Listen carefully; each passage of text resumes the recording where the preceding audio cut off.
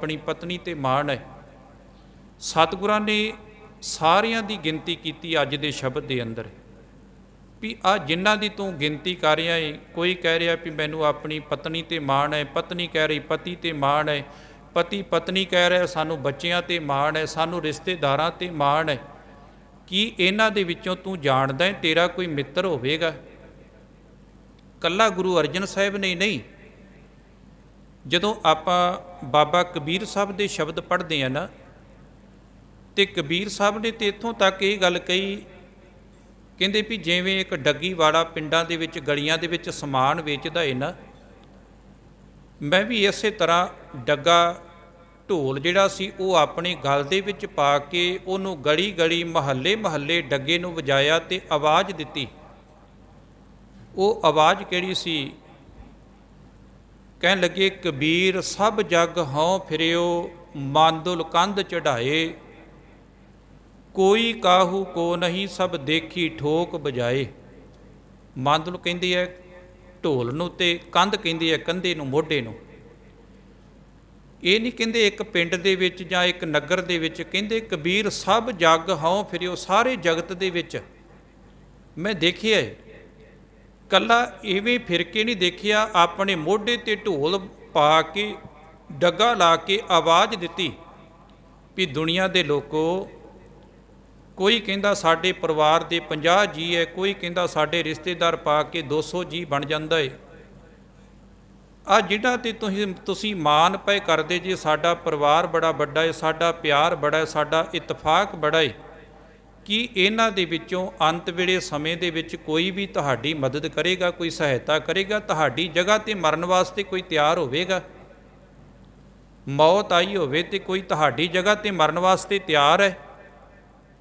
ਕੋਈ ਮਾਵਾਂ ਧੀਆਂ ਦੋਵੇਂ ਰਹਿੰਦੀਆਂ ਸੀ ਬਾਰ-ਬਾਰ ਪਿੰਡੋਂ, ਉਹਨਾਂ ਦਾ ਕੱਚਾ ਜਿਹਾ ਮਕਾਨ, ਦਰਵਾਜ਼ਾ ਕੋਈ ਨਹੀਂ। ਪਤੀ ਦਾ ਪਹਿਲਾਂ ਸਾਇਆ ਉੱਠ ਗਿਆ, ਪੁੱਤਰ ਹੈ ਕੋਈ ਨਹੀਂ ਸੀ, ਦੋਵਾਂ ਮਾਵਾਂ ਧੀਆਂ ਬੜੇ ਪਿਆਰ ਨਾਲ ਰਹਿੰਦੀਆਂ ਏ। ਕਹਿੰਦੇ ਕਿ ਧੀ ਇੱਕ ਵਾਰੀ ਬਿਮਾਰ ਪੈ ਗਈ, ਹੁਣ ਬੜਾ ਇਲਾਜ ਕਰਾਇਆ, ਧੀ ਮੰਜੇ ਤੋਂ ਉੱਠ ਨਾ ਸਕੀ। ਵੈਦਾਂ ਹਕੀਮਾਂ ਨੇ ਵੀ ਜਵਾਬ ਦੇ ਦਿੱਤਾ, ਬੜੇ ਓੜ ਪੋੜ ਕੀਤੇ। ਤੇ ਆਮ ਕਰਕੇ ਜਿੱਥੇ ਪਿਆਰ ਹੁੰਦਾ ਹੈ ਤੇ ਕਈ ਵਾਰੀ ਅਸੀਂ ਕਹਿੰਦੇ ਹਾਂ ਵੀ ਮਰ ਜੇ ਇਹਦੇ ਬਦਲੇ ਤੇ ਮੇਰੀ ਜਾਨ ਕੱਢ ਲੈ। ਆਮ ਕਰਕੇ ਕੋਈ ਸਾਡਾ ਧੀ ਪੁੱਤਰ, ਸਾਡਾ ਕੋਈ ਆਪਣਾ ਬਿਮਾਰ ਹੋਇਆ ਪਿਆ ਹੋਵੇ ਤੇ ਤਕਰੀਬਨ ਇਹੀ ਗੱਲ ਕਹੀਦੀ ਹੈ ਵੀ ਇਹਦੇ ਬਦਲੇ ਮਰਜ ਮੇਰੀ ਜਾਨ ਕੱਢ ਲੈ, ਇਹਨੂੰ ਕੁਝ ਨਾ ਹੋਵੇ, ਇਹਨੂੰ ਨਾ ਮੌਤ ਆਵੇ, ਮੈਂ ਮਰ ਜਾਵਾਂ ਇਹਦੇ ਬਦਲੇ। ਕਹਿੰਦੇ ਮਾਈ ਨੇ ਵੀ ਅਰਦਾਸਾਂ ਕਰਿਆ ਕਰਨੀਆਂ, ਹਰ ਵੇਲੇ ਮਾਈ ਨੇ ਇਹੀ ਗੱਲ ਕਿਹਾ ਕਰਨੀ ਕਿ ਪ੍ਰਮਾਤਮਾ ਮੈਂ ਤੇ ਖਾ ਪੀ ਲਿਆ ਹੈ, ਮੈਂ ਤੇ ਜ਼ਿੰਦਗੀ ਹੰਢਾ ਲਈ ਹੈ, ਧੀ ਨੂੰ ਬੜੇ ਪਿਆਰ ਨਾਲ ਪਾਲਿਆ ਸੀ, ਇਹਦੀ ਮੌਤ ਨਾ ਹੋਵੇ, ਇਹਦੀ ਬਦਲੇ ਮੇਰੀ ਮੌਤ ਹੋ ਜਾਵੇ, ਮੇਰੀ ਉਮਰੇ ਮੇਰੀ ਧੀ ਨੂੰ ਲੱਗ ਜਾਵੇ ਜੇ ਕੋ ਹੈਗੀ ਹੈ 4 ਸਾਲ ਤੇ। ਹਰ ਵੇਲੇ ਮਾਈ ਨੇ ਇਹੀ ਅਰਦਾਸਾਂ ਕਰਨੀਆਂ, ਦਿਨੇ ਰਾਤ ਹਰ ਵੇਲੇ ਇਹੀ ਮਾਈ ਨੇ ਪੁਕਾਰ ਕਰਨੀ ਕਿ ਪ੍ਰਮਾਤਮਾ ਜੇ ਤੂੰ ਹੈ ਤੇ ਮੇਰੀ ਧੀ ਦੇ ਬਦਲੇ ਮੇਰੀ ਜਾਨ ਕੱਢ ਲੈ। ਹੁਣ ਕਹਿੰਦੇ ਹੋਇਆ ਕਿ ਇੱਕ ਦਿਨ ਕਿਸੇ ਨੇ ਚੌੜਾਂ ਦੀ ਦੇਗ ਲਾ ਕੇ ਵਰਤਾ ਕੇ ਤੇ ਬਾਹਰ ਉਹ ਪਾਣੀ ਵਿੱਚ ਪਾ ਕੇ ਤੇ ਦੇਗ ਉਹ ਬਾਹਰ ਰੱਖੀ ਸੀ। ਇੱਕ ਗਊ ਕਿਤੇ ਪਿਆਸੀ ਆਈ, ਉਹਨੇ ਆ ਕੇ ਤੇ ਉਹ ਦੇਗ ਦੇ ਵਿੱਚ ਜਦੋਂ ਮੂੰਹ ਪਾਇਆ ਪਾਣੀ ਪੀਣ ਵਾਸਤੇ, ਹੁਣ ਮੂੰਹ ਅੰਦਰ ਤੇ ਵੜ ਗਿਆ, ਮੂੰਹ ਬਾਹਰ ਨਿਕਲੇ ਨਾ। ਹੁਣ ਉਹ ਗਊ ਨੇ ਕਿ ਉਹ ਜਿਹੜੀ ਸੀ ਉਹ ਦੇਗ ਸੀ ਉਹਦੇ ਸਿਰ ਦੇ ਉੱਪਰ ਉਹ ਸਿੰਗਾਂ ਦੇ ਵਿੱਚ ਫਸ ਗਈ, ਬਾਹਰ ਨਿਕਲੇ ਨਾ। ਗਊ ਹੁਣ ਦੌੜੀ ਫਿਰੇ, ਕਦੀ ਇੱਧਰ ਦੌੜ ਜਾ, ਕਦੀ ਇੱਧਰ ਦੌੜ ਜਾ, ਉਹਨੂੰ ਦਿਸੇ ਵੀ ਕੁਛ ਨਾ, ਜਿੱਧਰ ਨੂੰ ਉਹਦਾ ਹੋਵੇ ਮੂੰਹ ਉੱਧਰ ਨੂੰ ਹੀ ਦੌੜ ਜਾਵੇ, ਕਿਉਂਕਿ ਦੇਗ ਉਹ ਮੂੰਹ ਦੇ ਉੱਪਰ ਆਈ ਸੀ। ਅਚਾਨਕ ਉਹ ਮਾਈ ਦੇ ਘਰ ਵੱਲ ਨੂੰ ਜਿਹੜੀ ਸੀ ਗਊ ਦੌੜ ਗਈ। ਰਾਤ ਦਾ ਕੁਝ ਘੁਸਮੁਸਾ ਸੀ, ਹਨੇਰਾ ਵੀ ਸੀ, ਤੇ ਉਹ ਜਦੋਂ ਮਾਈ ਦੇ ਘਰ ਵੱਲ ਆਈ ਤੇ ਮਾਈ ਨੇ ਵੇਖਿਆ ਵੀ ਉਹਨੇ ਕਿਸੇ ਸੁਣਿਆ ਸੀ ਕਿਸੇ ਕੋਲੋਂ ਵੀ ਜਮਦੂਤਾਂ ਦੇ ਪੈਰ ਪਸ਼ੂਆਂ ਵਰਗੇ ਹੁੰਦੇ ਆ ਤੇ ਮੂੰਹ ਬੜਾ ਕਾਲਾ ਜਿਹਾ ਹੁੰਦਾ ਉਹਨਾਂ ਦਾ, ਬੜਾ ਵੱਡਾ। ਜਦੋਂ ਗਊ ਜਿਹੜੀ ਸੀ ਉਹ ਮੂੰਹ ਦੇ ਉੱਪਰ ਦੇਗ ਪਾਈ ਤੇ ਉਹ ਅੱਗੋਂ ਕਾਲੀ ਦੇਗ, ਥੱਲੇ ਪਸ਼ੂਆਂ ਵਾਲੇ ਪੈਰ, ਉਹ ਮਾਤਾ ਦੇ ਘਰ ਵੱਲ ਨੂੰ ਦੌੜ ਕੇ ਆਈ। ਇੱਕ ਹਨੇਰਾ ਵੀ ਸੀ, ਕੁਝ ਪਤਾ ਵੀ ਨਾ ਲੱਗਾ, ਤੇ ਮਾਤਾ ਨੇ ਵੇਖਿਆ ਵੀ ਪੈਰ ਵੀ ਪਸ਼ੂਆਂ ਵਾਲੇ ਆ ਤੇ ਮੂੰਹ ਵੀ ਕਾਲਾ, ਜਮਦੂਤ ਆ ਗਏ ਆ। ਮੈਂ ਰਾਤ ਦਿਨ ਕਹਿੰਦੀ ਸੀ ਵੀ ਮਹਾਰਾਜ ਮੇਰੀ ਧੀ ਨੂੰ ਨਾ ਖੜਿਓ, ਜਮਦੂਤ ਮੈਨੂੰ ਲੈ ਜਾਣ, ਕਿਤੇ ਸੱਚੀ ਨਾ ਮੈਨੂੰ ਲੈਣ ਆ ਗਏ ਹੋਣ। ਕਹਿੰਦੇ ਜਦੋਂ ਉਹ ਭੱਜੀ ਆਵੇ ਗਾਂ ਉੱਧਰ ਨੂੰ, ਹੁਣ ਦੀਂਦਾ ਤੇ ਹੈ ਨਹੀਂ ਸੀ ਗਾਂ ਨੂੰ ਵੀ ਕੁਛ, ਤੇ ਹਨੇਰੇ 'ਚ ਮਾਈ ਨੂੰ ਵੀ ਕੁਛ, ਉਹ ਵੈਸੇ ਵੀ ਬਜ਼ੁਰਗਾਂ ਨੂੰ ਘੱਟ ਦਿਸਦਾ ਏ, ਉਮਰ ਵਡੇਰੀ ਸੀ, ਇੱਕ ਹੈ ਹਨੇਰਾ ਸੀ। ਉਹ ਜਦੋਂ ਉਸ ਪਾਸੇ ਨੂੰ ਆਈ ਤੇ ਮਾਈ ਭੱਜ ਕੇ ਜਾ ਕੇ ਦੂਸਰੇ ਕਮਰੇ 'ਚ ਜਾ ਕੇ ਕਹਿੰਦੀ, ਹਾਵੇ ਜਿਹਨੂੰ ਖੜਨਾ ਹੈ, ਹਾਂ ਕਿੰਨੇ ਦਿਨਾਂ ਦੀ ਬਿਮਾਰ ਪਈ, ਇਹਨੂੰ ਲੈ ਜੀ, ਮੈਨੂੰ ਨਾ ਖੜੀ ਕਿਤੇ। ਮੌਤ ਜਦੋਂ ਸਾਹਮਣੇ ਆਉਂਦੀ ਹੈ ਫਿਰ ਪਤਾ ਲੱਗਦਾ ਹੈ। ਕਹਿਣ ਨੂੰ ਅਸੀਂ ਸਾਰੇ ਕਹਿ ਦਿੰਦੇ ਹਾਂ ਵੀ ਇਹਦੇ ਬਦਲੇ ਮੈਂ ਮਰ ਜਾਵਾਂ, ਕਹਿਣਾ ਬੜਾ ਸੌਖਾ ਹੈ। ਸਤਿਗੁਰ ਪਾਤਸ਼ਾਹ ਮਹਾਰਾਜ ਜੀ ਕਹਿੰਦੇ ਹੈ, ਕੋਈ ਜਾਣੈ ਕਵਣ ਈਹਾ ਜਗ ਮੀਤ, ਕਿਸੇ ਵਿਰਲੇ ਨੇ ਕੋਈ ਜਾਣੈ। ਪਹਿਲਾਂ ਤੇ ਸਵਾਲ ਕੀਤਾ ਵੀ ਕੋਈ ਜਾਣਦਾ ਹੈ, ਕਿਸੇ ਨੂੰ ਇਸ ਗੱਲ ਦੀ ਸਮਝ ਹੈ ਵੀ ਇਹ ਜਗਤ ਦੇ ਵਿੱਚ ਜਿਹਨੂੰ ਤੂੰ ਆਪਣਾ ਸਮਝ ਕੇ ਬੈਠਾ ਵੀ ਤੇਰਾ ਕੋਈ ਮਿੱਤਰ ਹੋਵੇਗਾ। ਤੇ ਆਪਾਂ ਕਹਿੰਦੇ ਮਿੱਤਰ ਬਹੁਤ ਸਾਡੇ ਬੜੇ ਸੰਬੰਧੀ ਹੈ, ਬੜੇ ਸੱਜਣ ਹੈ, ਮੈਂ ਇੱਕ ਫੋਨ ਕਰਾਂ ਹਜ਼ਾਰਾਂ ਮਿੱਤਰ ਇਕੱਠੇ ਹੋ ਜਾਣਗੇ। ਬਾਬਾ ਕਬੀਰ ਸਾਹਿਬ ਕਹਿੰਦੇ, ਕਬੀਰ ਸਭ ਜਗ ਹਉ ਫਿਰਿਓ, ਮਾਂਦੁਲ ਕੰਧ ਚੜਾਏ, ਕੋਈ ਕਾਹੂ ਕੋ ਨਹੀਂ ਸਭ ਦੇਖੀ ਠੋਕ ਬਜਾਏ। ਕਹਿੰਦੇ ਸਾਰੇ ਸੀ ਵੀ ਬੜੇ ਮਿੱਤਰ ਹੈ, ਬੜੇ ਮਿੱਤਰ ਹੈ, ਪਰ ਉਹ ਢੋਲ ਤੇ ਡੱਗਾ ਲਗਾ ਕੇ ਚੰਗੀ ਤਰ੍ਹਾਂ ਪਰਖ ਕੇ ਵੇਖਿਆ, ਜਦੋਂ ਮੌਤ ਆਉਂਦੀ ਹੈ ਤੇ ਕੋਈ ਕਿਸੇ ਦਾ ਨਹੀਂ ਬਣਦਾ, ਸਾਰੇ ਪਿੱਛੇ ਹਟ ਜਾਂਦੇ ਹੈ। ਕੋਈ ਕਿਸੇ ਵਾਸਤੇ ਮਰਨ ਵਾਸਤੇ ਤਿਆਰ ਨਹੀਂ, ਆਪੋ ਆਪਣੀ ਮੌਤ ਹੀ ਹਰ ਇੱਕ ਨੂੰ ਮਰਨਾ ਪੈਂਦਾ ਹੈ। ਤੇ ਸਤਿਗੁਰ ਪਾਤਸ਼ਾਹ ਜੀ ਕਿਰਪਾ ਕਰਦੇ, ਹੁਣ ਸਮਝ ਕਿਹਨੂੰ ਲੱਗੀ ਹੈ। ਮਹਾਰਾਜ ਨੇ ਪਹਿਲਾਂ ਸਵਾਲ ਕੀਤਾ ਵੀ ਕਿਸੇ ਨੂੰ ਪਤਾ ਹੈ ਇਸ ਗੱਲ ਦਾ ਵੀ ਇਸ ਜਗਤ ਦੇ ਵਿੱਚ ਕੌਣ ਮਿੱਤਰ ਹੈ। ਤੇ ਫਿਰ ਜਦੋਂ ਜਗਿਆਸੂਆਂ ਨੇ ਬੇਨਤੀ ਕੀਤੀ, ਮਹਾਰਾਜ ਕਿਹਨੂੰ ਸਮਝ ਆਏ ਇਸ ਗੱਲ ਦੀ, ਕਿਹੜਾ ਇਸ ਗੱਲ ਨੂੰ ਸਮਝ ਸਕਦਾ ਹੈ ਵੀ ਇਸ ਜਗਤ ਦੇ ਵਿੱਚ ਕੌਣ ਮਿੱਤਰ ਹੈ, ਕਿਹੜਾ ਮੇਰਾ ਆਪਣਾ ਹੈ।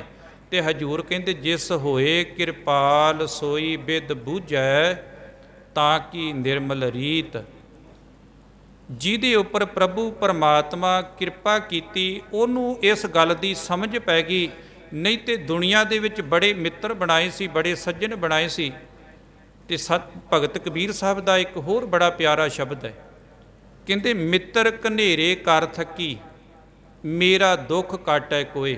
ਆਪਣੇ ਦੁੱਖ ਨੂੰ ਘਟਾਉਣ ਦੇ ਵਾਸਤੇ ਬੜੇ ਮਿੱਤਰ ਬਣਾਏ ਸੰਸਾਰ ਦੇ ਅੰਦਰ, ਬੜਿਆਂ ਦੇ ਨਾਲ ਮਿੱਤਰਤਾ ਕੀਤੀ ਵੀ ਸ਼ਾਇਦ ਇਸ ਮਿੱਤਰ ਤੋਂ ਕੁਝ ਮੈਨੂੰ ਸੁੱਖ ਮਿਲੇ, ਇਸ ਮਿੱਤਰ ਤੋਂ ਕੁਝ ਸੁੱਖ ਮਿਲੇ।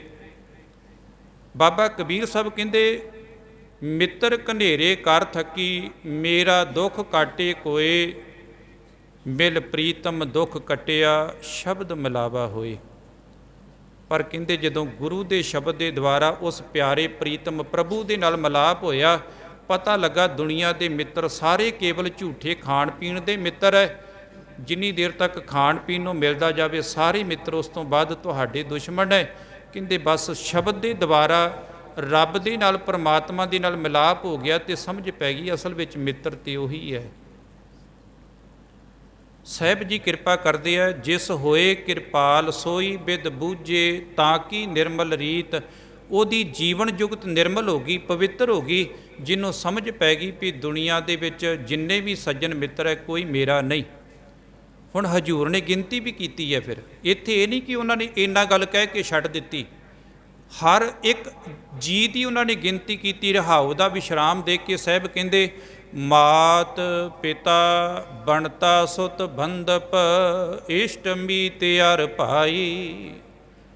ਮਾਤ ਕਹਿੰਦੇ ਮਾਤਾ ਨੂੰ, ਪਿਤਾ ਨੂੰ, ਬਣਤਾ ਕਹਿੰਦੇ ਘਰ ਵਾਲੀ ਨੂੰ, ਤੇ ਸੁੱਤ ਕਹਿੰਦੇ ਹੈ ਪੁੱਤਰ ਨੂੰ, ਬੰਧਪ ਕਹਿੰਦੇ ਹੈ ਰਿਸ਼ਤੇਦਾਰ ਨੂੰ, ਇਸ਼ਟ ਕਹਿੰਦੇ ਹੈ ਸੱਜਣਾ ਨੂੰ, ਮੀਤ ਕਹਿੰਦੇ ਹੈ ਮਿੱਤਰਾਂ ਨੂੰ, ਅਰ ਭਾਈ ਤੇ ਭਰਾ।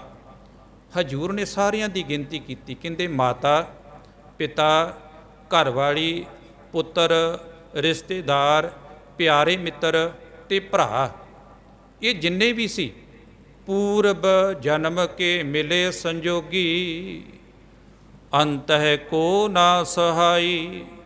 ਇਹ ਕਿਤੇ ਤੇਰੇ ਸੰਜੋਗਾਂ ਦਾ ਕਰਕੇ ਕੋਈ ਤੇਰਾ ਪੁੱਤਰ ਬਣ ਗਿਆ, ਕੋਈ ਤੇਰਾ ਜੀਵਨ ਸਾਥੀ ਬਣ ਗਿਆ, ਕੋਈ ਧੀ ਬਣ ਗਈ, ਕੋਈ ਰਿਸ਼ਤੇਦਾਰ ਬਣ ਗਿਆ, ਕੋਈ ਸੱਜਣ ਮਿੱਤਰ ਬਣ ਗਿਆ, ਕੋਈ ਭਰਾ ਬਣ ਗਿਆ। ਪਰ ਸਾਹਿਬ ਕਹਿੰਦੇ ਅੰਤ ਵੇਲੇ ਇਹਨਾਂ ਦੇ ਵਿੱਚੋਂ ਕਿਸੇ ਨੇ ਤੇਰੀ ਸਹਾਇਤਾ ਨਹੀਂ ਕਰਨੀ। ਸੈਸਕ੍ਰਿਤੀ ਦੇ ਅੰਦਰ ਗੁਰੂ ਅਰਜਨ ਸਾਹਿਬ ਦਾ ਇੱਕ ਬੜਾ ਪਿਆਰਾ ਬਚਨ ਹੈ, ਕਹਿੰਦੇ ਕਤੰਚ ਮਾਤਾ ਕਤੰਚ ਪਿਤਾ, ਕਤੰਚ ਬਣਤਾ ਬਿਨੋਦ ਸੁਤੈ। ਕਤੰਚ ਭਰਾਤ ਮੀਤ ਹਿਤ ਬੰਧਵ, ਕਤੰਚ ਮੋਹ ਕਟੰਬਿ ਅਤੇ, ਕਤੰਚ ਚਪਲ ਮੋਹਣੀ ਰੂਪੰ, ਪੇਖੰਤੇ ਤਿਆਗੰ ਕਰੋਤ। ਗੁਰੂ ਅਰਜਨ ਸਾਹਿਬ ਕਹਿਣ ਲੱਗੇ ਕਤੰਚ, ਇਹ ਸੰਸਕ੍ਰਿਤੀ ਦੇ ਵਿੱਚ ਕਿੱਥੇ ਰਹਿ ਗਈ ਜਾਂ ਕਿੱਥੇ ਚਲੇ ਗਈ, ਇਹਦਾ ਅਰਥ ਹੈ ਕਤੰਚ ਨੂੰ ਇਹ ਕਹਿੰਦੇ ਆ। ਆਪਾਂ ਕਈ ਵਾਰੀ ਬੋਲਦੇ ਹਾਂ ਕਿੱਥੇ ਰਹਿ ਗਈ ਜਾਂ ਕਿੱਥੇ ਚਲੇ ਗਈ, ਸੰਸਕ੍ਰਿਤੀ ਵਿੱਚ ਕਹਿੰਦੇ ਕਤੰਚ, ਕਿੱਥੇ ਚਲੇ ਗਈ। ਮਰਜ ਕਹਿੰਦੇ ਆ ਕਿੱਥੇ ਚਲੇ ਗਈ ਜਨਮ ਦੇਣ ਵਾਲੀ ਮਾਂ। ਕਤੰਚ ਮਾਤਾ ਕਤੰਚ ਪਿਤਾ, ਕਿੱਥੇ ਰਹਿ ਗਿਆ ਜ਼ਿੰਮੇਵਾਰੀਆਂ ਨਿਭਾਉਣ ਵਾਲਾ ਪਿਤਾ। ਕਤੰਚ ਬਣਤਾ ਬਿਨੋਦ ਸੁੱਤ ਹੈ, ਬਣਤਾ ਕਹਿੰਦੇ ਘਰਵਾਲੀ ਨੂੰ, ਤੇ ਸੁੱਤੇ ਕਹਿੰਦੇ ਪੁੱਤਰ ਨੂੰ, ਤੇ ਬਿਨੋਦ ਕਹਿੰਦੀ ਹੈ ਲਾਡ ਪਿਆਰ ਨੂੰ। ਕਹਿੰਦੇ ਕਿੱਥੇ ਰਹਿ ਗਏ ਨੇ ਪੁੱਤਰ ਤੇ ਘਰਵਾਲੀ ਜਿਹੜੇ ਬੜਾ ਲਾਡ ਕਰਦੇ ਸੀ, ਬੜਾ ਪਿਆਰ ਕਰਦੇ ਸੀ। ਤੇਰੇ ਬਦਲੇ ਮਰ ਜਾਵਾਂਗੇ, ਤੇਰੇ ਬਦਲੇ ਜਾਨ ਦੇ ਦੇਵਾਂਗੇ।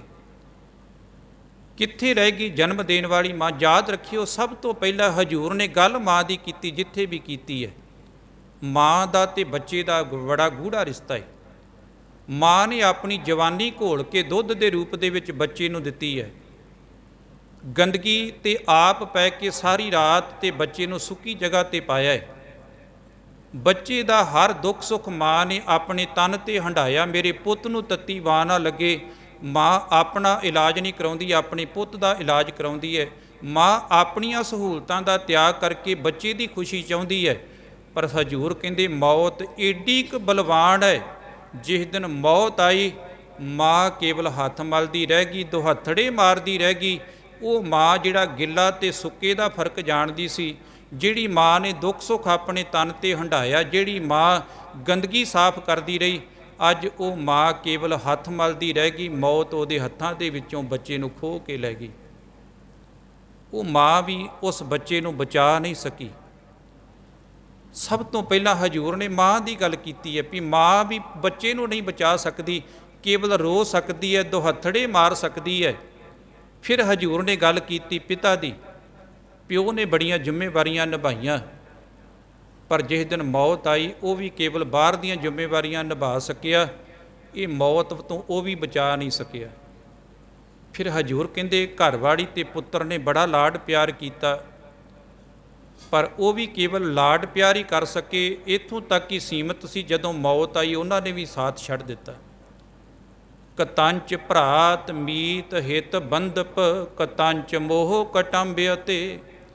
ਮਹਾਰਾਜ ਕਹਿੰਦੇ ਕਿੱਥੇ ਰਹਿ ਗਏ ਨੇ ਭਰਾ, ਕਿੱਥੇ ਰਹਿ ਗਏ ਨੇ ਰਿਸ਼ਤੇਦਾਰ, ਕਿੱਥੇ ਰਹਿ ਗਏ ਨੇ ਸੱਜਣ ਜਿਹੜੇ ਬੜਾ ਪਿਆਰ ਕਰਦੇ ਸੀ। ਕਹਿੰਦੇ ਤੇਰੇ ਬਦਲੇ ਮਰ ਜਾਵਾਂਗੇ, ਤੈਨੂੰ ਤੱਤੀ ਵਾਰ ਨਹੀਂ ਲੱਗਣ ਦਿੰਦੇ। ਉਹਨਾਂ ਭਰਾਵਾਂ ਤੇ ਬੜਾ ਮਾਣ ਸੀ, ਤੈਨੂੰ ਕਿੱਥੇ ਚਲੇ ਗਏ ਹੈ। ਕਤੰਚ ਚਪਲ ਮੋਹਣੀ ਰੂਪੰ, ਪੇਖੰਤੇ ਤਿਆਗੰ ਕਰੋਤ। ਕਹਿੰਦੇ ਕਿੱਥੇ ਰਹਿ ਗਈ ਉਹ ਚੰਚਲ ਮਾਇਆ, ਜਿਹਨੂੰ ਬੜਾ ਸੰਭਾਲ ਕੇ ਰੱਖਦਾ ਸੀ, ਜਿਹਦੇ ਬਦਲੇ ਨਾ ਕਰਨਯੋਗ ਕੰਮ ਵੀ ਤੈਨੂੰ ਦੁਨੀਆ ਤੇ ਕਰਨੇ ਪਏ। ਉਸ ਮਾਇਆ ਦੇ ਵਾਸਤੇ ਤੈਨੂੰ ਉਹ ਆਪਣੇ ਧਰਮ ਨੂੰ ਤਿਆਗ ਕੇ ਵੀ ਕਈ ਵਾਰੀ ਇਹੋ ਜਿਹੇ ਕਰਮ ਕਰਨੇ ਪਏ। ਅੱਜ ਉਸ ਮਾਇਆ ਨੇ ਵੀ ਤੇਰਾ ਸਾਥ ਨਹੀਂ ਦਿੱਤਾ, ਉਹ ਮਾਇਆ ਵੀ ਤੈਨੂੰ ਜ਼ਿੰਦਗੀ ਨਹੀਂ ਦੇ ਸਕੀ। ਹਜ਼ੂਰ ਦੇ ਆਪਾਂ ਪਾਵਨ ਬਚਨ ਪੜ੍ਹਦੇ ਗੁਰਬਾਣੀ ਦੇ ਅੰਦਰ, ਕਹਿੰਦੇ ਖਸਮ ਮਰੈ ਤੋ ਨਾਰ ਨਾ ਰੋਵੈ, ਉਸ ਰਖਵਾਰਾ ਅਬਰੋ ਹੋਵੇ। ਇੱਥੇ ਖਸਮ ਕਿਹਾ ਹੈ ਮਾਲਕ ਨੂੰ, ਤੇ ਨਾਰ ਕਿਹਾ ਹੈ ਮਾਇਆ ਨੂੰ। ਮਾਇਆ ਨੂੰ ਹਰ ਬੰਦਾ ਆਪਣੀ ਇਸਤਰੀ ਨਾਲੋਂ ਵੀ ਵੱਧ ਸੰਭਾਲ ਕੇ ਰੱਖਦਾ ਹੈ। ਜਿੰਨੇ ਮਾਇਆ ਦੇ ਨਾਲ ਪਿਆਰ ਹੈ, ਉਹਨਾਂ ਕਿਸੇ ਨਾਲ ਨਹੀਂ ਮਾਇਆ ਨੂੰ ਹਮੇਸ਼ਾ ਪਰਦੇ ਵਿੱਚ ਰੱਖੇਗਾ।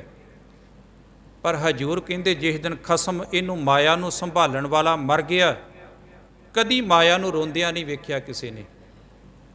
ਕਿਉਂ ਨਹੀਂ? ਕਿਉਂਕਿ ਇੱਕ ਖਸਮ ਮਰਿਆ ਤੇ ਚਾਰ ਖਸਮ ਸੰਭਾਲਣ ਵਾਲੇ ਹੋਰ ਬੈਠੇ ਹੈ। ਖਸਮ ਮਰੇ ਤੋ ਨਾਰ ਨਾ ਰੋਵੈ, ਉਸ ਰਖਵਾਰਾ ਅਵਰੋ ਹੋਵੇ। ਉਹਦੀ ਰਾਖੀ ਕਰਨ ਵਾਲਾ, ਉਹਨੂੰ ਸੰਭਾਲਣ ਵਾਲੇ ਚਾਰ ਹੋਰ ਪਹਿਲਾਂ ਖੜੇ ਹੈ। ਇਸ ਕਰਕੇ ਕਦੀ ਮਾਇਆ ਦੁਹੱਥੜੇ ਮਾਰਦੀ ਨਹੀਂ ਵੇਖੀ, ਦੁਨੀਆ ਦੇ ਲੋਕ ਤੇ ਰੋਂਦੇ ਵੇਖੇ ਹੈ। ਹਜ਼ੂਰ ਨੇ ਇੱਥੇ ਗੱਲ ਕੀਤੀ ਮਾਤ ਪਿਤਾ ਬਣਤਾ ਸੁਤ ਬੰਧਪ, ਇਸ਼ਟ ਮੀਤ ਯਾਰ ਭਾਈ, ਪੂਰਬ ਜਨਮ ਕੇ ਮਿਲੇ ਸੰਜੋਗੀ, ਅੰਤ ਹੈ ਕੋ ਨਾ ਸਹਾਈ। ਇਹ ਕੇਵਲ ਤੈਨੂੰ ਸੰਜੋਗਾਂ ਦਾ ਕਰਕੇ ਮਿਲ ਗਿਆ, ਕਿਸੇ ਨਾਲ ਜੀਵਨ ਸਾਥੀ ਵਾਲਾ ਰਿਸ਼ਤਾ ਬਣ ਗਿਆ, ਕਿਸੇ ਨਾ ਮਾਂ ਨਾ ਪਿਓ ਦਾ, ਭੈਣ ਭਰਾਵਾਂ ਦਾ, ਸੱਜਣਾ ਮਿੱਤਰਾਂ ਦਾ।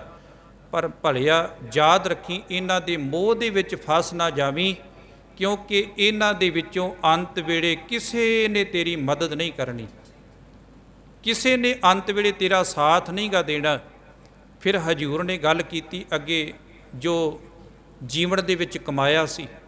ਮੁਕਤ ਮਾਲ ਕਣਕ ਲਾਲ ਹੀਰਾ, ਮਨ ਰੰਜਨ ਕੀ ਮਾਇਆ। ਮੋਤੀਆਂ ਦੀ ਮਾਲਾ ਉਹਨਾਂ ਸਮਿਆਂ ਦੇ ਵਿੱਚ, ਅੱਜ ਕੱਲ੍ਹ ਤੇ ਹੁਣ ਕੋਈ ਮਾਲਾ ਨਹੀਂ ਪਾਉਂਦਾ, ਪਹਿਲੇ ਸਮਿਆਂ ਵਿੱਚ ਬਜ਼ੁਰਗ ਗਲ ਦੇ ਵਿੱਚ ਕੈਂਠੇ ਪਾਉਂਦੇ ਹੁੰਦੇ ਸੀ। ਹੁਣ ਉਹ ਸਾਰੇ ਰਿਵਾਜ ਖਤਮ ਹੋ ਗਏ ਹੈ। ਮੋਤੀਆਂ ਵਿੱਚ, ਸੁੱਚੇ ਮੋਤੀ ਵਿੱਚ ਪਾਉਣੇ, ਨਾਲ ਕੈਂਠਾ ਗਲ ਦੇ ਵਿੱਚ ਬਜ਼ੁਰਗਾਂ ਨੇ ਪਾ ਕੇ, ਕੰਨਾਂ ਦੇ ਵਿੱਚ ਨੱਤੀਆਂ ਪਾ ਕੇ, ਖੂੰਡਾ ਹੱਥ 'ਚ ਪਕੜ ਕੇ ਉਹਨਾਂ ਨੇ ਜਾਣਾ। ਹਜ਼ੂਰ ਕਹਿੰਦੇ ਇਹ ਜਿਹੜੀ ਮੋਤੀਆਂ ਦੀ ਮਾਲਾ, ਜਿਹੜਾ ਗਲ ਵਿੱਚ ਕੈਂਠਾ ਪਾਇਆ ਹੈ, ਕਣਕ ਕਣਕ ਕਹਿੰਦੇ ਸੋਨੇ ਨੂੰ, ਜਿਹੜੇ ਸੋਨੇ ਦੇ ਗਹਿਣੇ ਜਿਹੜੇ ਆ ਇਹਨਾਂ ਨਾਲ ਸੱਜ ਫੱਬ ਕੇ ਬੈਠਾ ਹੈ, ਇਹ ਹਾਰ ਸ਼ਿੰਗਾਰ ਜਿਹੜਾ ਕਰਕੇ ਬੈਠਾ ਹੈ। ਮੁਕਤ ਮਾਲ ਕਣਕ ਲਾਲ ਹੀਰਾ, ਤੇ ਕੀਮਤੀ ਲਾਲ ਹੀਰੇ, ਮਨ ਰੰਜਨ ਕੀ ਮਾਇਆ। ਮਨ ਨੂੰ ਖੁਸ਼ ਕਰਨ ਵਾਲੀ ਮਾਇਆ। 4 ਪੈਸੇ ਜੇਬ 'ਚ ਹੋਣ ਨਾ, ਬੰਦਾ ਫੁੱਲਿਆ ਨਹੀਂ ਸਮਾਉਂਦਾ। ਪਤਾ ਵੀ ਬੈਂਕ ਬੈਲੈਂਸ ਇੰਨਾ ਕੁ ਹੈਗਾ, ਬੜੀ ਖੁਸ਼ੀ ਹੁੰਦੀ ਹੈ ਮਾਇਆ ਦੀ। ਮਾਰੇ ਕਹਿੰਦੇ ਜਿਹੜੀ ਮਾਇਆ ਨੂੰ ਵੇਖ ਵੇਖ ਕੇ ਬੜਾ ਖੁਸ਼ ਹੁੰਦਾ ਹੈ। ਹੁਣ ਹਜ਼ੂਰ ਕਹਿੰਦੇ ਹਾ ਹਾ ਕਰਤ ਬਿਹਾਨੀ ਅਬਦੇ। ਉਮਰ ਕਿਵੇਂ ਲੰਘੀ? ਹਾਏ ਮਾਇਆ, ਹਾਏ ਮਾਇਆ। ਇੱਧਰੋਂ ਮਾਇਆ ਆ ਜਾਵੇ, ਇੱਧਰੋਂ ਮਾਇਆ ਆ ਜਾਵੇ, ਪੈਸੇ ਆ ਜਾਣ, ਪੈਸੇ ਆ ਜਾਣ, ਬਸ ਹਾਏ ਮਾਇਆ ਕਰਦੇ ਹੀ ਹਰ ਬੰਦੇ ਦੀ ਜ਼ਿੰਦਗੀ ਲੰਘ ਗਈ। ਹਰ ਬੰਦਾ ਹੀ, ਭਾਵੇਂ ਉਹ ਧਾਰਮਿਕ ਪੱਖੋਂ ਅਤੇ ਭਾਵੇਂ ਸਮਾਜਿਕ ਪੱਖ ਦਾ ਹੀ, ਹਰ ਬੰਦਾ ਮਾਇਆ ਦੇ ਪਿੱਛੇ ਦੌੜ ਲੱਗੀ ਹੈ। 4 ਪੈਸੇ ਆ ਜਾਣ, 4 ਪੈਸੇ ਇਕੱਠੇ ਕਰ ਲਈਏ। ਹਜ਼ੂਰ ਕਹਿੰਦੇ ਹਾ ਹਾ ਕਰਤ ਬਿਹਾਨੀ ਅਬਦੇ। ਅਬਦੇ ਕਹਿੰਦੇ ਉਮਰ ਨੂੰ, ਬਿਹਾਨੀ ਬੀਤ ਗਈ। ਹਾਏ ਮਾਇਆ ਕਰਦਿਆਂ ਉਮਰ ਬੀਤ ਗਈ। ਤਾਂ ਮਹਿ ਸੰਤੋਖ ਨਾ ਪਾਇਆ। ਭਾਵੇਂ ਬਜ਼ੁਰਗ ਹੋ ਗਿਆ ਹੈ, ਪਰ ਸੰਤੋਖ ਨਹੀਂ ਆਇਆ, ਸਬਰ ਨਹੀਂ ਆਇਆ। ਉਮਰ ਲੰਘ ਗਈ, ਬਹੁਤੀ ਲੰਘ ਗਈ ਹੈ। ਪਤਾ ਵੀ ਹੈ ਵੀ 60-70 ਸਾਲ ਜਾਂ 50 ਸਾਲ ਲੰਘ ਗਏ ਹੈ। ਜੇ ਉਦੋਂ ਦਾ ਨਹੀਂ ਰੱਜਿਆ ਤੇ ਰੱਜਣਾ ਅੱਗੇ ਵੀ 20 ਸਾਲਾਂ ਦੇ ਵਿੱਚ ਹੈ ਨਹੀਂ ਗਾ। ਜੇ ਮਾਇਆ ਪਹਿਲਾਂ ਨਹੀਂ ਰਜਾ ਸਕੀ ਤੇ ਹੁਣ ਗਾਂਹ ਕਿਹੜਾ, ਅੱਗੇ ਕਿਹੜਾ ਰੱਜ ਲਵਾਂਗਾ। ਪਰ ਜਿਵੇਂ ਜਿਵੇਂ ਬੰਦੇ ਦੀ ਉਮਰ ਵੱਧਦੀ ਹੈ ਨਾ, ਉਵੇਂ ਉਵੇਂ ਨਾਲ ਤ੍ਰਿਸ਼ਨਾ ਵੀ ਵੱਧਦੀ ਜਾਂਦੀ ਹੈ। ਜਿਵੇਂ ਜਿਵੇਂ ਬੰਦਾ ਬੁਢਾਪੇ ਵੱਲ ਨੂੰ ਵਧੇਗਾ, ਉਹਦੀ ਤ੍ਰਿਸ਼ਨਾ ਹੋਰ ਵੱਧਦੀ ਜਾਵੇਗੀ। ਤੇ ਸਾਹਿਬ ਕਹਿੰਦੇ ਹਾਂ ਹਾਂ ਕਰਤ ਬਿਹਾਨੀ ਅਬਦੇ, ਤਾਂ ਮਹਿ ਸੰਤੋਖ ਨਾ ਪਾਇਆ। ਹਾਏ ਮਾਇਆ ਕਰਦਿਆਂ ਉਮਰ ਬੀਤ ਗਈ, ਪਰ ਇਹਦੇ ਵਿੱਚੋਂ ਸੰਤੋਖ, ਸਬਰ ਨਹੀਂ ਕਿਸੇ ਨੂੰ ਮਿਲਿਆ। ਹਸਤ ਰਥ ਅਸਭ ਪਵਨ ਤੇਜ। ਇਹ ਉਹਨਾਂ ਸਮਿਆਂ ਦੀ ਗੱਲ ਹੈ ਜਿਹੜੇ ਸਮੇਂ ਗੁਰੂ ਸਾਹਿਬ ਵਿਚਰਦੇ ਸੀ। ਉਹਨਾਂ ਸਮਿਆਂ 'ਚ ਕੀ ਹੁੰਦਾ ਸੀ, ਕੋਈ ਬਹੁਤਾ ਅਮੀਰ ਹੁੰਦਾ ਸੀ, ਉਹਦੇ ਕੋਲ ਹਾਥੀ ਹੁੰਦਾ। ਕੁਝ ਹੋਰ ਅਮੀਰ ਹੈ, ਉਹਦੇ ਕੋਲ ਰੱਥ, ਕਿਸੇ ਕੋਲ ਘੋੜੇ। ਅੱਜ ਕੱਲ੍ਹ ਜਿਹਦੇ ਕੋਲ ਵੱਡੀ ਗੱਡੀ ਹੋਵੇ, ਕੋਈ ਕਰੋੜ ਦੀ, 90 ਲੱਖ ਦੀ, 1.5 ਕਰੋੜ ਦੀ, ਉਹਨੂੰ ਵੱਡਾ ਅਮੀਰ ਕਿਹਾ ਜਾਂਦਾ ਹੈ। ਅੱਜ ਗੱਡੀਆਂ ਦੀ ਦੌੜ ਹੈ, ਉਹਨਾਂ ਸਮਿਆਂ ਦੇ ਵਿੱਚ ਹਾਥੀ ਘੋੜੇ ਤੇ ਰੱਥਾਂ ਦੀ ਦੌੜ ਸੀ। ਕੀਮਤੀ ਘੋੜੇ ਹੋਣੇ, ਕੀਮਤੀ ਹਾਥੀ ਹੋਣੇ, ਕੀਮਤੀ ਰੱਥ ਹੋਣੇ। ਜੇ ਅੱਜ ਦਾ ਸਮਾਂ ਹੁੰਦਾ ਤੇ ਹਜ਼ੂਰ ਨੇ ਜ਼ਰੂਰ ਗੱਡੀਆਂ ਦੀ ਗੱਲ ਕਰਨੀ ਸੀ ਇੱਥੇ, ਪਰ ਉਦਾਹਰਨਾਂ ਉਹੀ ਹੈ। ਸਵਾਰੀ ਵਾਸਤੇ ਉਦੋਂ ਉਹ ਹਾਥੀ ਘੋੜੇ ਸੀ, ਅੱਜ ਕੀਮਤੀ ਗੱਡੀਆਂ ਨੇ। ਤੇ ਹਜ਼ੂਰ ਕਹਿਣ ਲੱਗੇ ਹਸਤ ਰਥ ਅਸਭ ਪਵਨ ਤੇਜ। ਚਾਹੇ ਹਾਥੀ ਹੋਣ, ਰੱਥ ਹੋਣ, ਅਸਭ ਕਹਿੰਦੇ ਘੋੜਿਆਂ ਨੂੰ, ਤੇ ਪਵਨ ਤੇਜ, ਹਵਾ ਦੇ ਵੀ ਵੇਗ ਨਾਲ ਤੇਜ਼ ਚੱਲਣ ਵਾਲੇ ਘੋੜੇ। ਅੱਜ ਜਹਾਜ਼ ਨਾਲੋਂ ਵੀ ਜ਼ਿਆਦੀਆਂ ਤੇਜ਼ ਚੱਲਣ ਵਾਲੀਆਂ ਗੱਡੀਆਂ। ਬੰਦਾ ਕਹਿੰਦਾ ਜਹਾਜ਼ ਵਰਗੂ ਉੱਡਦੀ ਹੈ। ਹਜ਼ੂਰ ਕਹਿੰਦੇ ਚਾਹੇ ਕੀਮਤੀ ਤੋਂ ਕੀਮਤੀ ਤੇਰੇ ਕੋਲ ਇਹ ਗੱਡੀਆਂ ਹੋਣ, ਹਾਥੀ ਘੋੜੇ ਹੋਣ, ਪਰ ਯਾਦ ਰੱਖੀ ਧਣੀ ਭੂਮਣ ਚਤੁਰਾਂਗਾ। ਧਣੀ ਬਹੁਤੇ ਧਨ ਦਾ ਮਾਲਕ ਹੋਵੇ। ਭੂਮਣ ਕਹਿੰਦੇ ਬਹੁਤੀ ਜ਼ਮੀਨ ਦਾ ਮਾਲਕ। ਕਈ ਕਹਿੰਦੇ ਆ ਨਾ ਬੜੇ ਪਲਾਟ ਹੈ ਆਪਣੇ ਤੋਂ, ਬੜੀਆਂ ਕੋਠੀਆਂ ਹੈ। ਆ ਇੱਧਰ ਵੀ ਆਪਣੇ ਪਲਾਟ ਹੈ, ਇੱਥੇ ਵੀ ਪਲਾਟ, ਆਪਾਂ ਚੰਡੀਗੜ੍ਹ ਵੀ ਲੈ ਲਏ ਹੈ, ਪਰ ਖੜਨਾ ਕਿੱਥੇ ਹੈ? ਆ ਦਾਦੇ ਦੇ ਉੱਥੇ ਕੀ ਖੜਨਾ ਹੈ? ਉੱਥੋਂ ਗੱਡੀ ਆ ਜਾਣੀ ਹੈ। ਉਹ ਰੇਹੜੀ ਵਾਲਾ ਵੀ ਉੱਥੇ ਜਾਣਾ ਤੇ ਪਲਾਟਾਂ ਵਾਲਾ ਵੀ ਉੱਥੇ ਹੀ ਜਾਣਾ ਹੈ।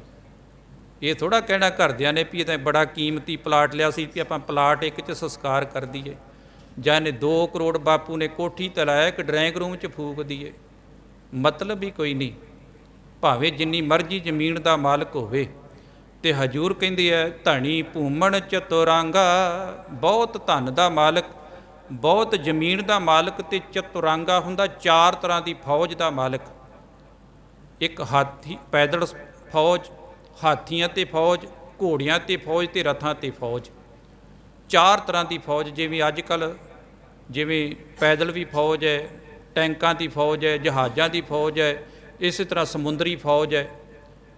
ਵੱਖੋ ਵੱਖਰੇ ਉਹਨਾਂ ਤਰੀਕਿਆਂ ਦੀ ਗੱਲ ਕੀਤੀ ਹਜੂਰ ਨੇ। ਕਹਿੰਦੇ 4 ਤਰ੍ਹਾਂ ਦੇ ਤੇਰੇ ਕੋਲ ਜਿਹੜੇ ਫੌਜੀ ਹੋਣ, ਤੇਰੀ ਰੱਖਿਆ ਕਰਨ ਵਾਸਤੇ ਹਰ ਵਾਰ ਤਿਆਰ ਰਹਿੰਦੇ ਹੋਣ। 4 ਤਰ੍ਹਾਂ ਦੀ ਫੌਜ ਜਿਹੜਾ ਉਹਦਾ ਮਾਲਕ ਹੋਵੇ। ਸੰਗ ਨ ਚਾਲਿਓ ਇਨ ਮੈਂ ਕਛੂ ਹੈ, ਊਠ ਸਿਧਾਇਓ ਨਾਂਗਾ। ਕਹਿੰਦੇ ਕੋਈ ਰਾਜਾ ਸੀ, ਉਹਦੀ ਘਰਵਾਲੀ ਜਿਹੜੀ ਸੀ ਨਾ ਬੜੀ ਰੱਬ ਦੀ ਪ੍ਰੇਮੜ ਹੈ, ਅੰਮ੍ਰਿਤ ਵੇਲੇ ਉੱਠਦੀ ਹੈ, ਰੱਬ ਦਾ ਸਿਮਰਨ ਕਰਦੀ ਹੈ। ਉਹਨੇ ਰਾਜੇ ਨੂੰ ਰੋਜ਼ਾਨਾ ਕਹਿਣਾ, ਰਾਜਨ ਰੱਬ ਨੇ ਬੜੀਆਂ ਦਾਤਾਂ ਦਿੱਤੀਆਂ ਆਪਾਂ ਨੂੰ, ਰਾਜ ਭਾਗ ਦਿੱਤਾ, ਆਪਾਂ ਹੈ ਨਹੀਂ ਸੀ ਇੱਦਾਂ ਦੇ। ਜੇ ਬੰਦਾ ਵਾਕਿਆ ਸੋਚੇ ਨਾ ਵੀ ਸ਼ੁਕਰ ਹੈ ਮਾਲਕਾ, ਘਰ ਰਹਿਣ ਵਾਸਤੇ ਦਿੱਤਾ ਹੀ, ਉਹ ਵੀ ਤਾਂ ਹੈਗੇ ਜਿਹੜੇ ਸੜਕਾਂ ਦੇ ਕੰਢਿਆਂ 'ਤੇ ਰਾਤਾਂ ਕੱਟਦੇ ਹੈ। ਬੰਦਾ ਰੋਟੀ ਖਾਣ ਲੱਗਾ ਕਵੇ ਸ਼ੁਕਰ ਹੈ ਮਾਲਕਾ, ਆ ਖਾਣਾ ਦਿੱਤਾ ਏ ਤੂੰ, ਉਹ ਵੀ ਹੈਗੇ ਜਿਹੜੇ ਰੂੜੀਆਂ ਦੇ ਵਿੱਚੋਂ ਚੁਣ ਕੇ ਖਾਂਦੇ ਹੈ। ਸਮੇਂ ਦਾ ਪਤਾ ਨਹੀਂ ਗੁਰਮੁਖੋ ਕਿਹੋ ਜਿਹਾ ਆ ਜਾਣਾ ਹੈ।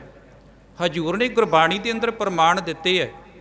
ਸਾਹਿਬ ਕਹਿੰਦੇ ਕਬਹੂ ਖੀਰ ਖਾਂਡ ਘਿਓ ਨਾ ਭਾਵੈ, ਕਬਹੂ ਘਰ ਘਰ ਟੂਕ ਮਗਾਵੈ, ਕਬਹੂ ਕੂਰਨ ਚਣੇ ਬਣਾਵੈ, ਜਿਉ ਰਾਮ ਰਾਖੈ ਤਿਉ ਰਹੀਏ ਰੇ ਭਾਈ।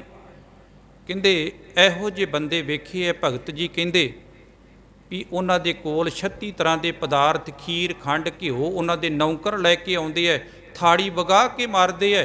ਕਹਿੰਦੇ ਤੈਨੂੰ ਪਤਾ ਨਹੀਂ ਮੈਂ ਕੰਮ ਕਰਦਾ ਪਿਆ ਹੈ। ਕਹਿੰਦੇ ਉਹੀ ਬੰਦੇ ਭਗਤ ਜੀ ਕਹਿੰਦੇ ਮੈਂ ਵੇਖਿਆ ਲੋਕਾਂ ਦੇ ਘਰਾਂ ਦੇ ਵਿੱਚੋਂ ਟੁੱਕਰ ਮੰਗਦੇ, ਦਰਵਾਜ਼ੇ ਖੜਕਾਉਂਦੇ ਹੈ, ਕੋਈ ਦਰਵਾਜ਼ਾ ਨਹੀਂ ਖੋਲ੍ਹਦਾ। ਉਹੀ ਬੰਦੇ ਫਿਰ ਰੂੜੀਆਂ 'ਤੇ ਕਿਸੇ ਨੇ ਡੋਲੀ ਹੋਈ ਚਣਿਆਂ ਦੀ ਸਬਜ਼ੀ, ਕਬਹੂ ਕੂਰਨ ਚਣੇ ਬਣਾਵੈ। ਕੂਰਨ ਕਹਿੰਦੇ ਕੂੜਿਆਂ ਨੂੰ, ਚਣੇ ਕਹਿੰਦੇ ਚਣੇ ਛੋਲੇ।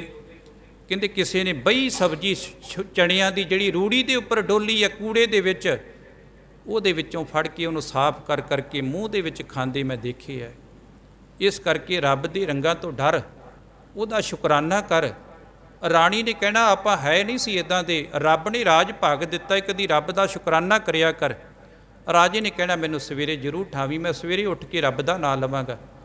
ਉਹਨੇ ਉੱਠਣਾ ਨੇਮ ਦੇ ਨਾਲ, ਰਾਜੇ ਨੂੰ ਉਠਾਉਣਾ। ਉਹਨੇ ਕਹਿਣਾ ਨਹੀਂ ਮੈਂ ਥੱਕਿਆ ਬੜਾ ਹੈ, ਰਾਤ ਲੇਟ ਸੁੱਤਾ ਹੈ, ਜਾਗ ਨਹੀਂ ਆਈ। ਉਹਨੇ 2-4 ਮਹੀਨਾ ਇਸੇ ਤਰ੍ਹਾਂ ਕਰਦੀ ਰਹੀ। ਰਾਜੇ ਨੇ ਕਹਿਣਾ ਨਹੀਂ ਮੈਂ ਰਾਤ ਮੈਨੂੰ ਕੰਮ ਸੀ, ਮੈਂ ਜਾਗਦਾ ਰਿਹਾ। ਜਦੋਂ ਮਹੀਨਾ ਕੁ ਲੰਘ ਗਿਆ, ਰਾਣੀ ਕਹਿੰਦੀ ਰਾਜਨ ਤੇਰੇ ਵਰਗਾ ਬੰਦਾ ਮੈਂ ਮੂਰਖ ਨਹੀਂ ਵੇਖਿਆ। ਕੋਈ ਬੰਦੇ ਤੇ ਬੜੇ ਆ ਪਰ ਤੇਰੇ ਵਰਗਾ ਮੂਰਖ ਨਹੀਂ ਵੇਖਿਆ ਜਿਹੜਾ ਰੱਬ ਦੀਆਂ ਦਾਤਾਂ ਨੂੰ ਪਾ ਕੇ ਮਾਣ ਕੇ ਕਦੀ ਉਹਦੀ ਯਾਦ ਵਿੱਚ ਨਹੀਂ ਉੱਠਦਾ ਜਾਗਦਾ। ਸਾਡਾ 2.5 ਘੰਟੇ ਦਾ ਸਿਮਰਨ ਰੋਜ਼ਾਨਾ ਬਣਦਾ ਹੈ। ਅਸੀਂ ਕਹਿੰਦੇ ਹਾਂ ਰੱਬ ਸਾਡੇ 'ਤੇ ਕਿਰਪਾ ਨਹੀਂ ਕਰਦਾ। ਗੁਰਮੁਖੋ ਤੁਸੀਂ ਕਿਤੇ 2.5 ਘੰਟੇ ਜਾਗ ਕੇ ਵੇਖੋ ਗੁਰੂ ਵੱਲ, ਗੁਰੂ ਵਾਸਤੇ। ਇੱਕ ਕਿਤਾਬ ਆਉਂਦੀ ਹੈ ਗੁਰੂ ਭਰੋਸਾ ਪ੍ਰਭੂ ਭਰੋਸਾ, ਭਾਈ ਗੁਰਵਿੰਦਰ ਸਿੰਘ, ਪ੍ਰੋਫੈਸਰ ਗੁਰਵਿੰਦਰ ਸਿੰਘ ਦੀ ਲਿਖੀ ਹੋਈ ਕਿਤਾਬ ਹੈ। ਉਹ ਪੜ੍ਹ ਕੇ ਜ਼ਰੂਰ ਦੇਖੋ ਕਿਤੇ।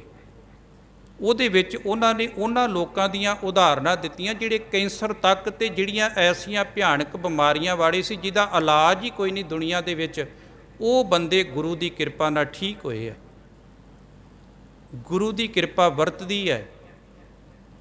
ਪਰ ਅਸੀਂ 2.5 ਘੰਟੇ ਕੱਢ ਕੇ ਵੇਖੀਏ, ਅਸੀਂ ਲੋਕਾਂ ਵਾਸਤੇ ਵੀ ਤੇ ਟਾਈਮ ਕੱਢਦੇ ਹੀ ਹੈ। ਅਸੀਂ ਆਪਣੇ ਬੱਚਿਆਂ ਵਾਸਤੇ ਕੱਢਦੇ ਹਾਂ, ਮੋਬਾਈਲ 'ਤੇ ਆਪਾਂ ਕਿੰਨਾ ਸਮਾਂ ਬਰਬਾਦ ਕਰ ਦਿੰਦੇ ਹਾਂ। ਕਿਤੇ ਆਪਾਂ ਕੱਢ ਕੇ ਤੇ ਵੇਖੀਏ ਗੁਰੂ ਵਾਸਤੇ ਟਾਈਮ। ਗੁਰੂ ਕਦੇ ਨਹੀਂ ਰੱਖਦਾ ਤੁਹਾਡਾ, ਤੁਸੀਂ ਟਾਈਮ ਕੱਢ ਕੇ ਦੇਖੋ। ਉਹਨੇ ਭਾਈ ਗੁਰਵਿੰਦਰ ਸਿੰਘ ਨੇ ਇੱਕ ਗੱਲ ਲਿਖੀ, ਕਹਿੰਦਾ ਕਲਕੱਤੇ ਦੇ ਵਿੱਚ ਉਹ ਅੱਜ ਵੀ ਪਰਿਵਾਰ ਜੀਂਦਾ ਜਾਗਦਾ ਏ। ਬੀਬੀ ਨੂੰ ਕੈਂਸਰ ਦੀ ਬਿਮਾਰੀ, ਡਾਕਟਰਾਂ ਨੇ ਕਹਿ ਦਿੱਤਾ ਅਖੀਰਲੀ ਸਟੇਜ ਹੈ, ਦੁਨੀਆ ਦੀ ਕੋਈ ਤਾਕਤ ਇਹਨੂੰ ਬਚਾ ਨਹੀਂ ਸਕਦੀ। ਬੀਬੀ ਦੀਆਂ ਹੱਡੀਆਂ ਜਿਹੜੀਆਂ ਸੀ ਉਹ ਕਿੜੇ ਕਰਨ ਲੱਗ ਪਈਆਂ, ਮਾੜਾ ਜਿਹਾ ਜ਼ੋਰ ਪਾਉਣਾ ਤੇ ਉਹ ਹੱਡੀ ਕਈ ਵਾਰੀ ਕਰੈਕ ਹੋ ਜਾਣੀ। ਉਹ ਪਰਿਵਾਰ ਘਰੇ ਨਿਰਾਸ਼ ਹੋ ਕੇ ਬੈਠ ਗਿਆ। ਬੀਬੀ ਨੂੰ ਅੰਦਰੋਂ ਉਹ ਰੱਬ ਤੇ ਭਰੋਸਾ ਜਾਗਿਆ। ਉਹ ਘਰਵਾਲੀ ਨੂੰ ਕਹਿੰਦੀ ਵੀ ਜੇ ਇੱਕ ਕਿਰਪਾ ਕਰੋ, ਮੈਨੂੰ ਇੱਥੇ ਇੱਕ ਥੜਾ ਜਿਹਾ ਬਣਾ ਦਿਓ ਤੁਸੀਂ, ਮੈਂ ਮੰਜੇ ਤੇ ਬੈਠੀ ਇੱਥੇ ਲਾਗੇ ਟੂਟੀ ਲਾ ਦਿਓ, ਤੇ ਮਹਾਰਾਜ ਦੇ ਜਿਹੜੇ ਸੁੱਖ ਵਾਸਨ ਵਾਲੇ ਜਿਹੜੇ ਕਮਰ ਕੱਸੇ ਆ ਨਾ, ਉਹ ਰੋਜ਼ਾਨਾ ਮੈਨੂੰ ਲਿਆ ਦਿਆ ਕਰਿਓ, ਤੇ ਮੈਂ ਉਹ ਸੇਵਾ ਕਰਨੀ ਚਾਹੁੰਦੀ ਹੈ ਵੀ ਜਾਂਦੀ ਵਾਰੀ ਘੱਟੋ ਘੱਟ, ਹੁਣ ਮਰਨਾ ਤੇ ਹੈਗਾ ਹੀ ਹੈ, ਵੀ ਘੱਟੋ ਇੰਨਾ ਕਿਤੇ ਕਰ ਸਕਾਂ ਮੈਂ, ਇੰਨੀ ਕੁ ਸੇਵਾ ਮੇਰੀ ਕਿਤੇ ਲੇਖੇ ਲੱਗ ਜਾਵੇ।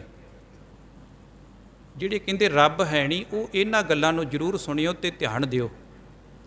ਉਹਨੇ ਕਿਹਾ ਠੀਕ ਹੈ।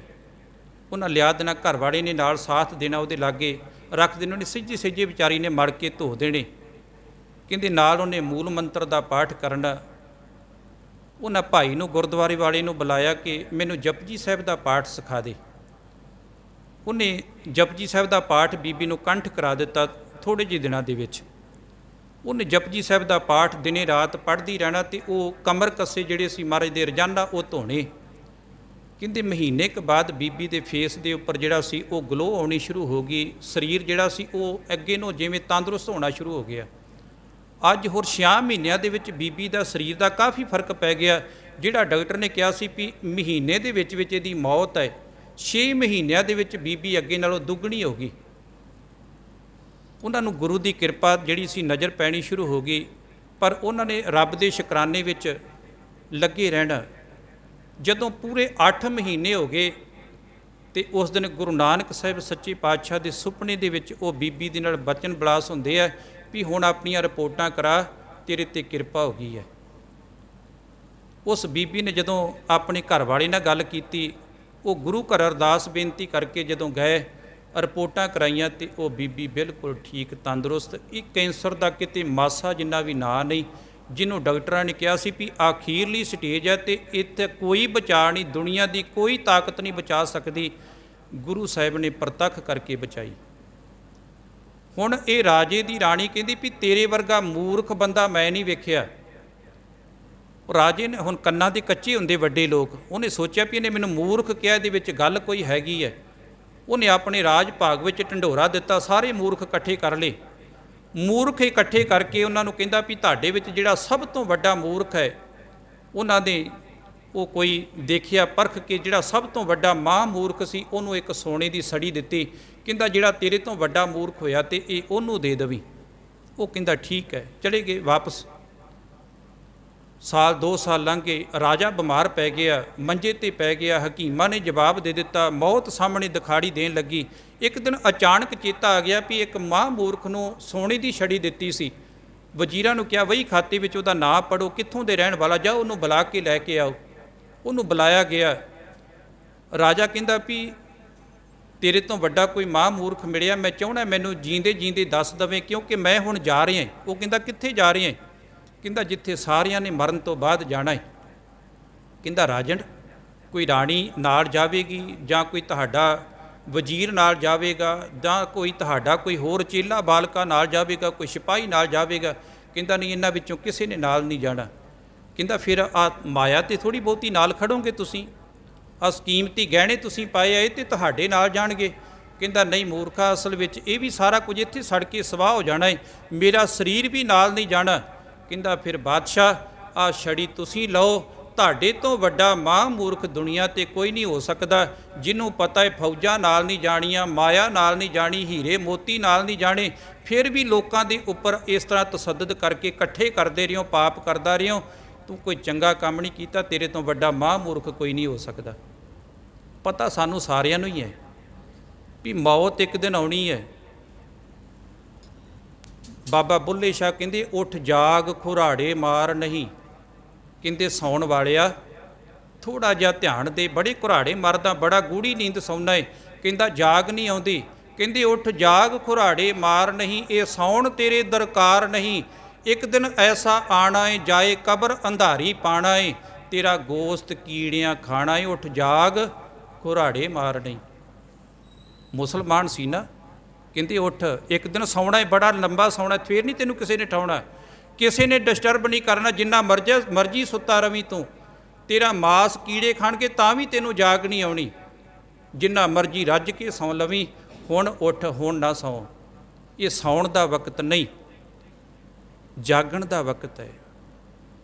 ਤੇ ਸਾਹਿਬ ਕਿਰਪਾ ਕਰਦੇ ਨੇ, ਸੰਗ ਨਾ ਚਾਲਿਓ ਇਨ ਮੈਂ ਕਛੂ ਹੈ, ਊਠ ਸਧਾਇਓ ਨਾਂਗਾ। ਕੋਈ ਵੀ ਚੀਜ਼ ਇਹਨਾਂ ਦੇ ਵਿੱਚੋਂ ਤੇਰੇ ਨਾਲ ਨਹੀਂ ਜਾਣੀ। ਨੰਗਾ ਹੀ ਦੁਨੀਆ ਤੇ ਆਇਆ ਸੀ ਤੇ ਨੰਗਾ ਹੀ ਦੁਨੀਆ ਤੋਂ ਤੁਰ ਜਾਣਾ ਹੈ। ਹਰ ਕੇ ਸੰਤ ਪ੍ਰੈ ਪ੍ਰੀਤਮ ਪ੍ਰਭ ਕੇ, ਤਾਂ ਕੈ ਹਰ ਹਰ ਗਾਈਐ। ਫਿਰ ਕੀ ਕਰਨਾ ਚਾਹੀਦਾ ਹੈ? ਕਹਿੰਦੇ ਜਿਹੜੇ ਹਰੀ ਦੇ ਪਿਆਰੇ ਸੰਤ ਹੈ, ਜਿਹੜੇ ਪ੍ਰਭੂ ਪਰਮਾਤਮਾ ਨਾਲ ਪਿਆਰ ਕਰਨ ਵਾਲੇ ਹੈ, ਉਹਨਾਂ ਦੀ ਸੰਗਤ ਵਿੱਚ ਆ ਕੇ ਤੂੰ ਵੀ ਰੱਬ ਦੇ ਗੁਣਾਂ ਨੂੰ ਗਾ। ਫਿਰ ਕੀ ਹੋਵੇਗਾ? ਨਾਨਕ ਈਹਾ ਸੁਖ ਆ ਗਏ ਮੁਖ ਉਜਲ। ਇੱਥੇ ਵੀ ਤੇਰੀਆਂ ਚਿੰਤਾ ਗੁਰੂ ਲਾਹ ਦੇਵੇਗਾ। ਸੱਚੀ ਗੱਲ ਲਾਉਂਦਾ ਜੀ, ਪ੍ਰਤੱਖ ਸਬੂਤ ਹੈ, ਤੁਸੀਂ ਭਰੋਸਾ ਕਰਕੇ ਦੇਖੋ। ਕਿਤੇ ਹਜੂਰ ਕਹਿੰਦੇ ਨਾਨਕ ਈਹਾ ਸੁਖ ਆ ਗਏ ਮੁਖ ਉਜਲ। ਇੱਥੇ ਵੀ ਸੁੱਖ ਹੋਵੇਗਾ ਤੇ ਦਰਗਾਹ ਦੇ ਵਿੱਚ ਵੀ ਤੇਰਾ ਮੁਖ ਉਜਲਾ ਹੋਵੇਗਾ। ਸੰਗ ਸੰਤਨ ਕੈ ਪਾਈਐ। ਕਈ ਕਹਿੰਦੇ ਜੀ ਅੱਗਾ ਕਿਹੜਾ ਕਿਸੇ ਨੇ ਵੇਖਿਆ? ਬੜੀਆਂ ਉਦਾਹਰਨਾਂ ਗੁਰੂ ਸਾਹਿਬਾਂ ਨੇ ਦਿੱਤੀਆਂ। ਕਹਿੰਦੇ ਕਦੀ ਵੇਖਿਆ ਵੀ ਮੰਦਰ ਦੇ ਦਰਵਾਜ਼ੇ ਤੇ ਘੜਿਆਲ ਵੱਜਾ ਹੁੰਦਾ ਏ? ਕਹਿੰਦੇ ਜਿਹੜਾ ਆਉਂਦਾ ਉਹਨੂੰ ਵਜਾਉਂਦਾ ਏ। ਕਹਿੰਦੇ ਉਹ ਤੇ ਨਿਰਦੋਸ਼ ਹੈ, ਉਹਨੇ ਕੋਈ ਦੋਸ਼ ਨਹੀਂ ਕੀਤਾ, ਸਾਰੀ ਦਿਹਾੜੀ ਵੱਜਦਾ ਰਹਿੰਦਾ ਏ। ਤੇ ਦੁਨੀਆ ਤੇ ਪਾਪ ਕਰਨ ਵਾਲਿਆ ਤੇਰਾ ਕੀ ਹਾਲ ਹੋਵੇਗਾ? ਹਮ ਦੋਸ਼ਾਂ ਦਾ ਕਿਆ ਹਾਲ। ਉਹ ਤੇ ਨਿਰਦੋਸ਼ ਹੈ, ਘੜੀਏ ਘੜੀਏ ਮਾਰੀਏ ਬਹੁਤੀ ਲੈ ਸਜਾਏ। ਕਹਿੰਦੇ ਘੜੀ ਘੜੀ ਉਹਨੂੰ ਮਾਰਿਆ ਜਾਂਦਾ, ਵਜਾਇਆ ਜਾਂਦਾ ਏ। ਤੇ ਦੁਨੀਆ ਤੇ ਪਾਪ ਕਰਨ ਵਾਲਿਆ ਤੇਰਾ ਕੀ ਹਾਲ ਹੋਵੇਗਾ? ਇਸ ਕਰਕੇ ਗੁਰਮੁਖੋ, ਇਹੀ ਗੁਰੂ ਸਾਹਿਬ ਨੇ ਕੋਈ ਗੱਲ ਛੱਡੀ ਨਹੀਂ, ਸਾਰੀਆਂ ਸਾਡੇ ਸਾਹਮਣੇ ਵਿਚਾਰਾਂ ਪੇਸ਼ ਕੀਤੀਆਂ, ਹਰ ਇੱਕ ਚੀਜ਼ ਦੀ ਗਿਣਤੀ ਕਰਕੇ ਦੱਸੀ ਹੈ। ਉਹਨਾਂ ਕਿਹਾ ਜੇ ਨਾਲ ਜਾਣਾ ਹੈ ਤੇਰੇ, ਇੱਕ ਪਰਮਾਤਮਾ ਦਾ ਨਾਮ ਹੈ, ਚੰਗੇ ਗੁਣ ਹੈ, ਇਸ ਕਰਕੇ ਆਪਣੀ ਜ਼ਿੰਦਗੀ ਦੇ ਵਿੱਚ ਕਮਾਉਣਾ ਸ਼ੁਰੂ ਕਰ। ਜੋ ਬਾਬੇ ਕੇ ਦਾਮ ਨਾ ਦੇ ਹੈ, ਤਿਨ ਕੋ ਗਹਿ ਬਾਬਰ ਕੇ ਲੈ ਹੈ। 10ਵੇਂ ਪਾਤਸ਼ਾਹ ਕਹਿੰਦੇ ਜਿਹੜੇ ਗੁਰੂ ਵਾਸਤੇ, ਪਰਮਾਤਮਾ ਵਾਸਤੇ ਆਪਣੇ ਸਵਾਸਾਂ ਦਾ ਦਸਵੰਧ ਨਹੀਂ ਕੱਢਦੇ, ਉਹਨਾਂ ਤੋਂ ਫਿਰ ਇੱਕ ਦਿਨ ਬਾਬਰ ਕੇ ਲੈਂਦੇ ਹੈ। ਫਿਰ ਬਿਮਾਰੀਆਂ ਘੇਰ ਲੈਂਦੀਆਂ, ਦੁੱਖ ਘੇਰ ਲੈਂਦੇ, ਮੰਜੇ 'ਤੇ ਪੈ ਜਾਂਦੇ ਹੈ। ਅੱਜ ਸਰੀਰ ਤੰਦਰੁਸਤ ਹੈ, ਮਾਣ ਨਾ ਕਰੀਏ, ਪਤਾ ਨਹੀਂ ਕੱਲ੍ਹ ਨੂੰ ਕਿਹੜਾ ਰੋਗ ਲੱਗ ਜਾਵੇ, ਮੰਜੇ 'ਤੇ ਪੈ ਜਾਈਏ। ਬੜੇ ਬੜੇ ਵੇਖੇ ਹੈ ਜਿਨ੍ਹਾਂ ਨੂੰ ਮਾਣ ਸੀ ਆਪਣੇ ਸਰੀਰਾਂ ਦੇ ਉੱਪਰ, ਪਤਾ ਹੀ ਕੋਈ ਨਹੀਂ ਗਾ ਕਦੋਂ ਮਾੜਾ ਜਿਹਾ ਬੁੱਲਾ ਵੱਜਣਾ, ਧੜ ਖਲੋ ਜਾਣਾ ਹੈ, ਕਦੋਂ ਕੋਈ ਮਾੜਾ ਜਿਹਾ ਅਟੈਕ ਆਉਣਾ, ਜ਼ਬਾਨ ਬੰਦ ਪੈ ਜਾਣੀ ਹੈ, ਕੋਈ ਪਤਾ ਥੋੜ੍ਹਾ ਹੀ। ਕੋਈ ਅਸੀਂ ਕਿਤੇ ਲਿਖਾ ਕੇ ਥੋੜ੍ਹਾ ਆਏ ਹਾਂ ਵੀ ਇੱਦਾਂ ਹੀ ਮੇਰਾ ਸਰੀਰ ਚੱਲਦਾ ਰਹਿਣਾ ਹੈ। ਮਾਲਕ ਨੇ ਮਸ਼ੀਨਰੀ ਦਿੱਤੀ ਹੈ, ਉਹਦੀ ਦਿੱਤੀ ਹੋਈ ਹੈ। ਉਸ ਮਾਲਕ ਦਾ ਸ਼ੁਕਰ ਕਰੀਏ ਵੀ ਸ਼ੁਕਰ ਹੈ ਮਾਲਕਾ, ਉਹ ਵੀ ਦੁਨੀਆ 'ਤੇ ਜਿਨ੍ਹਾਂ ਨੂੰ ਅੱਖਾਂ ਨਹੀਂ ਦਿੱਤੀਆਂ, ਜੇ ਤੂੰ ਅੱਖਾਂ ਦਿੱਤੀਆਂ ਤੇ ਘੱਟੋ ਘੱਟ ਤੇਰੇ ਦੀਦਾਰੇ 'ਤੇ ਕਰ ਲਈਏ। ਉਹ ਵੀ ਦੁਨੀਆ 'ਤੇ ਹੈਗੇ ਜਿਨ੍ਹਾਂ 'ਤੇ ਕੋਲ ਕੰਨ ਨਹੀਂ, ਤਰਸਦੇ ਪਏ ਆ ਵੀ ਸਾਨੂੰ ਵੀ ਕਿਸੇ ਦੀ ਆਵਾਜ਼ ਸੁਣ ਜਾਵੇ। ਜੇ ਕੰਨ ਦਿੱਤੇ ਹੈ, ਘੱਟੋ ਘੱਟ ਰੱਬ ਦੀ ਬਾਣੀ ਤੇ ਇਹਨਾਂ ਨਾਲ ਸੁਣ ਸਕਦਾ ਹੈ। ਉਹ ਵੀ ਦੁਨੀਆ 'ਤੇ ਜਿਨ੍ਹਾਂ ਕੋਲ ਜ਼ਬਾਨ ਨਹੀਂ, ਗੂੰਗੇ ਹੈ, ਉਹ ਤਰਸਦੇ ਪਏ ਕਿਤੇ ਸਾਡੇ ਕੋਲ ਜ਼ਬਾਨ ਹੁੰਦੀ, ਅਸੀਂ ਵੀ ਰੱਬ ਦੇ ਗੀਤ ਗਾਉਂਦੇ। ਮੈਂ ਤਾਂ ਕਈ ਵਾਰੀ ਸੋਚਦਾ ਹੁੰਦਾ ਏ ਵੀ ਜਿਹੜੇ ਕਈ ਵਾਰੀ ਆਪਾਂ ਦੇਖਦੇ ਰਾਗੀ ਸਿੰਘ, ਜਿਹੜੇ ਸੂਰਮੇ ਸਿੰਘ ਹੈ, ਜਿਨ੍ਹਾਂ ਕੋਲ ਅੱਖਾਂ ਨਹੀਂ, ਕਮਾਲ ਦਾ ਕੀਰਤਨ ਕਰਦੇ ਤੇ ਸੁੱਧ ਬਾਣੀ ਪੜ੍ਹਦੇ ਹੈ, ਉਹਨਾਂ ਵੱਲ ਵੇਖ ਕੇ ਬੰਦੇ ਨੂੰ ਸ਼ਰਮ ਆ ਜਾਵੇ। ਇਹਨਾਂ ਕੋਲ ਅੱਖਾਂ ਨਹੀਂ ਤੇ ਫਿਰ ਵੀ ਰੱਬ ਦੇ ਗੀਤ ਗਾਉਂਦੇ ਆ। ਮੇਰੇ ਕੋਲ ਅੱਖਾਂ ਵੀ ਹੈ ਤੇ ਮੈਂ ਇੱਕ ਸ਼ਬਦ ਵੀ ਕੰਠ ਨਹੀਂ ਕਰ ਸਕਿਆ।